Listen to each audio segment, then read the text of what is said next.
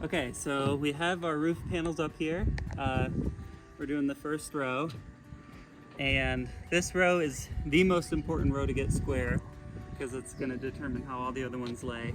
So what I did was run a chalk line all the way across to keep this edge of the paneling all 4 feet from the edge of the rafters at the bottom. Now that's tricky because with these panels, they're designed to overlap on the edge right here. So I have to lean over and see from the corner that the actual 4-foot mark of the panel lines up with the mark, not the outside edge of the overlap piece. So I get it lined up on both sides. I'm getting as close of a gap as I can between the panels. I'm leaving just a tiny bit in case of expansion and contraction, but getting them pretty close. And then the other thing I can check with these ones is that the overhang over these rafters is the same across all of them. And it should just be about like 1/8 of an inch. The other thing I'm doing is, one thing that I'm not doing is checking to see if I'm square on these rafters because a lot of them are bowed in and out in the middle. So I'm really using my mark, my chalk line as the squaring measure. And then I'm actually, if these are bowed in or out, using a clamp to push these in or out depending on if they're bowed or not to make sure that these panels are resting in the middle. So we get these all squared up, and then once they're squared up, I'm putting 4 screws in every corner. Lock it in for now, and then I'll come back with a nailer and nail these all in on the joists, and that's how we're putting them in.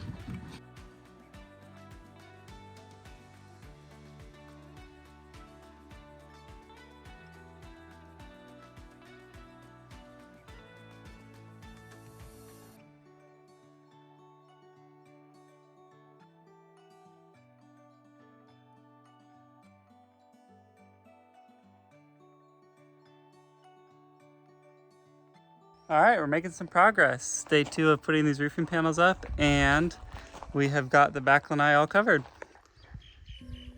So this is what it's looking like.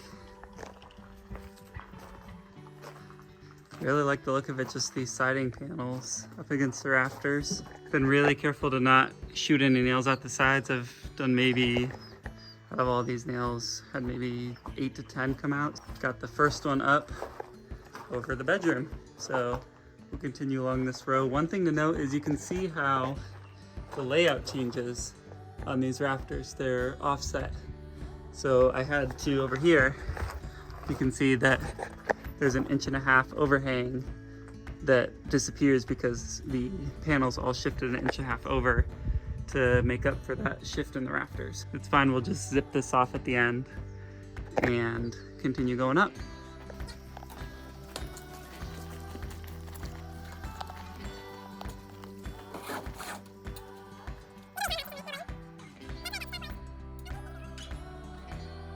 Hey everyone, up on the roof, beautiful day. And we have one more corner left in the whole roof. Looking pretty good.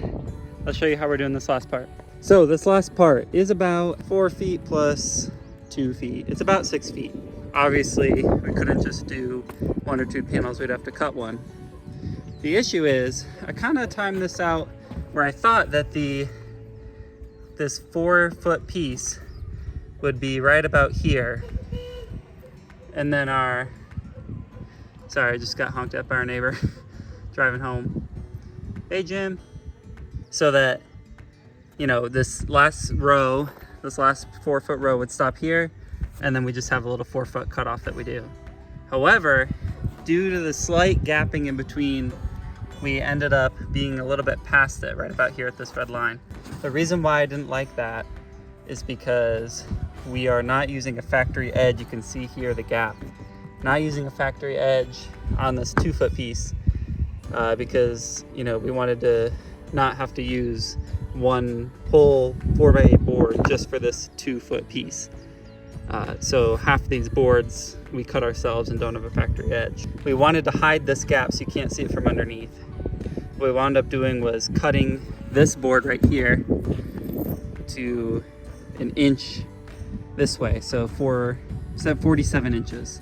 That way, when we attach our scrap piece here, the gap underneath is hidden by, it'll be in the wall behind the siding and the drywall. to do this, these pieces overlap here, you can see. And so we had to plane out an inch of the board right here with a planer to get it down to size. And I planed it a little bit too far on this one. That's why we have kind of a big gap, but over here it's kind of close together. Which isn't a big deal because this will all get covered in roofing underlayment and then furring strips and then tin. It's not a big deal, and then we're kind of leaving them a little bit long. We'll come through with a chalk line, snap line, and then cut all this top piece off. So that's what we'll do, this last tiny piece here. Zoom out. And then, we also went over our actual measurements, about 38 feet 9 inches, and this is obviously 8 times 5 is 40. So we have about a foot of overhang that will snap off the end here. But overall, it's gone on pretty well. Next step will be making sure we didn't miss any nails underneath because the rafters are exposed. So knocking any of those out, and we'll put the underlayment on. But just check out that view. Gorgeous.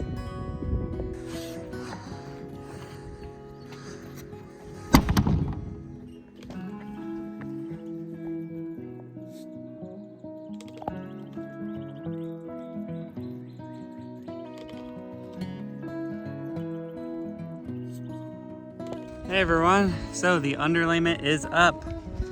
We got 2 layers all the way up to the top, and this will be the second to last layer before the roofing panels. Went on pretty good. The hardest part was lining up these green nails to the rafters. It went up okay. And now I am just, I'll flip my camera, attaching this flashing tape to the edges at the top and the sides. And this is to protect the OSB. The OSB is showing over here. And we will have the metal flashing over top. Just make sure it's extra secure and no water gets in underneath. Just putting this, say hi to Olo. Hey buddy. Hey buddy, up here. I'm up here. Olo. I'm up here, buddy. Hi. Using this pallet brand. It's for windows and doors, but it does what I needed to do. It's just the only thing they had in stock at Lowe's. So it's a little more expensive than actual flashing tape. But so when I need, I'm just cutting in half because I don't need the whole thing. And it has this butyl type sticky tape underneath. It just sticks down like that and protects the edge. You just gotta smush it down really good. And yeah, that's about it. I'll also go back and, if there are any pieces that kind of folded over a little bit or aren't exactly flat, like you can see right here, there's a little hump. I'll just crease it over and tape it down with a little bit of tape, just to make sure that we're not getting any of those humps. And then the other pieces, some of these green nail heads didn't go in perfect like this one. So I'm just gonna put a bead of Lexel sealant on top to make sure that no water leaks in through there. And then after this, it's on to furring strips and tin.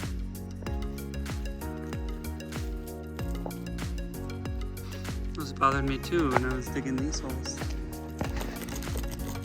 You're telling me.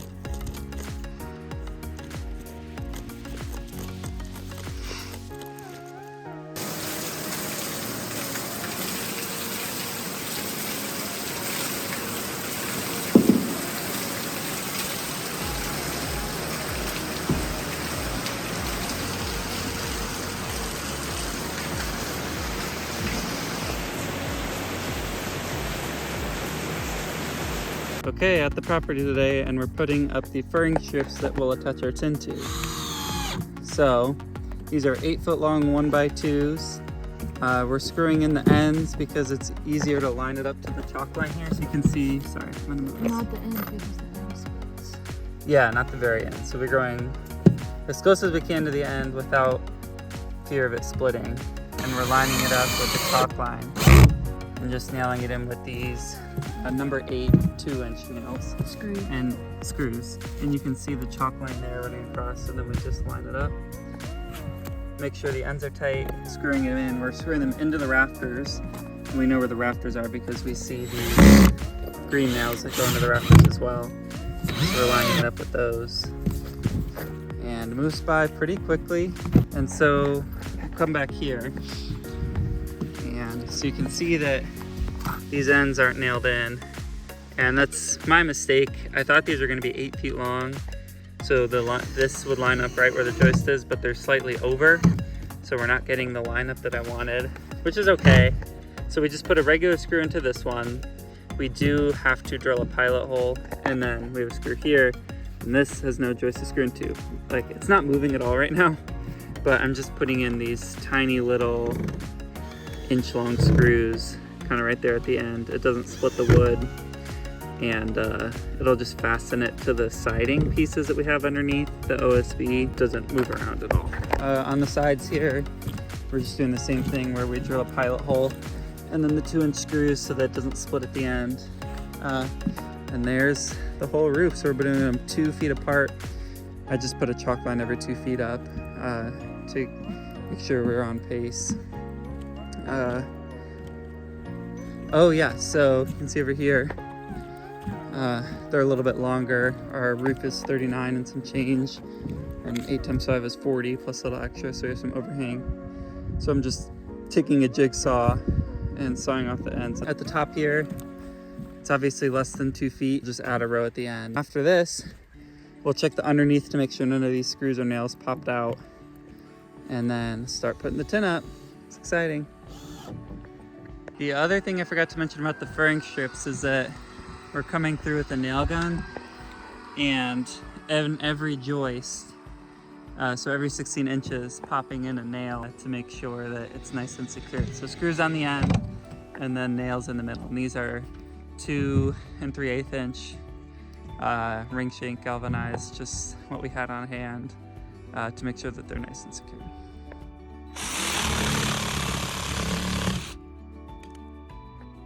Yeah, I got a picture. He did it when he was a baby.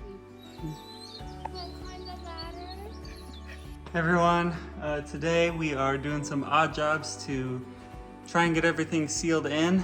That's our step as we are waiting on the tin to be delivered from Lowe's. So right now, I'm installing this blocking in between the studs. And it's going right where these 2 panels meet. And you can see there's the slightest bit of gap on some of these. Some of them are a little bit tighter, but either way, we're installing this blocking so that we can nail the siding into the blocking from the outside out here where the 2 panels meet, so that we can get everything totally sealed in, siding flush, because it's a little bit lippy here. So all I'm doing is measuring the stud length, because it should all be 14.5, but it varies by 1/8 of an inch here and there. And you know, when you got smaller lengths between the windows, we have to measure that too. So we're measuring each one, and we have a cut station where we cut and bring it back, and then making sure they're flush as possible so that when the drywall goes on, it's not all bumpy. Some of them do stick out a bit, and for those, originally I had been over there nailing them in. Realized about halfway through that some of them were sticking up, and the nail, while flush with the blocking, was not flush with the wall face. And so if we ever tried to plane it, we wouldn't be able to with the nail. So now I'm using screws and just diving them in a little bit more so that if we do have to plane them, it's not too bad. Next step after that blocking is going to be putting up this foam stuff, and I was kind of figuring out how to work it in.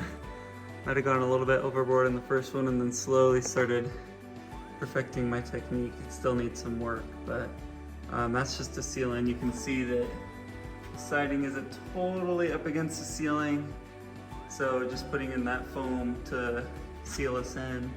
And the other thing I've noticed is that, like, this is a good example, that rafter isn't totally touching the other one. So technically that leads to outside, so I'm gonna have to figure out something to seal that, because that's visible as well. So I'm gonna have to figure that out as well. But yeah, just kind of trying to start sealing everything in so we can eventually get ready for moving in. Crazy to think about.